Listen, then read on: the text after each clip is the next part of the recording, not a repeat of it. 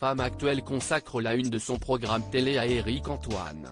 Au cours de l'entretien, l'humoriste, animateur et juré de La France a un incroyable talent sur M6, a fait des confidences sur son rôle de père.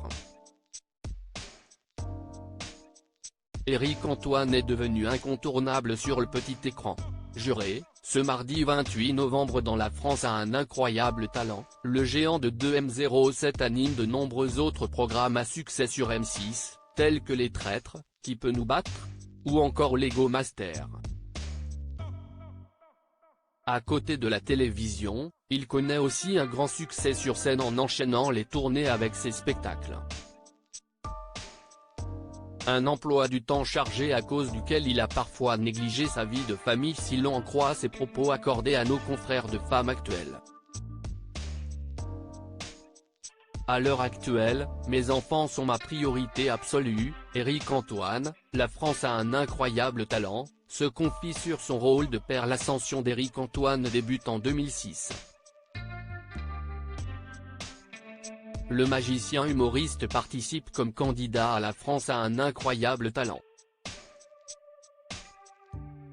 Il révolutionne le genre et se fait repérer par les plus grands. À partir de 2010, Michel Drucker lui offre une scène d'expression dans Vivement dimanche prochain sur France 2, où il y exerce ses talents pendant cette année.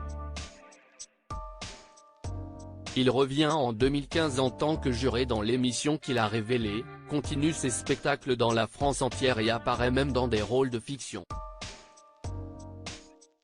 Du côté de sa vie privée, il devient père de Raphaël en 2010, puis d'Ulysse en 2013. Il doit jongler entre ses activités professionnelles et sa vie de famille. Pendant des années, j'étais obnubilé par ma passion artistique. Je ne l'ai pas toujours fait, mais à l'heure actuelle, ma priorité absolue sont mes enfants, concède-t-il, conscient d'avoir déjà pris beaucoup de temps pour lui. Je voudrais qu'ils développent leur curiosité. Éric Antoine, le FOI, évoque l'éducation qu'il souhaite donner à ses enfants récemment divorcés de la mère de ses enfants. Éric Antoine évoque sa garde partagée. Je ne travaille jamais en dehors de leurs heures scolaires, indique-t-il. Âgé de 47 ans, l'homme, toujours bienveillant, ne veut plus perdre de temps. Je veux profiter de chaque moment avec eux, avant qu'ils ne préfèrent partir en vacances avec des copains, sourit-il. Mais alors que les téléspectateurs le connaissent comme un infatigable trublion, comment est-il avec ses deux fils ? Je voudrais qu'ils développent leur curiosité et qu'ils comprennent que personne ne réfléchit comme eux, commence-t-il par évoquer l'éducation qu'il souhaite leur inculquer.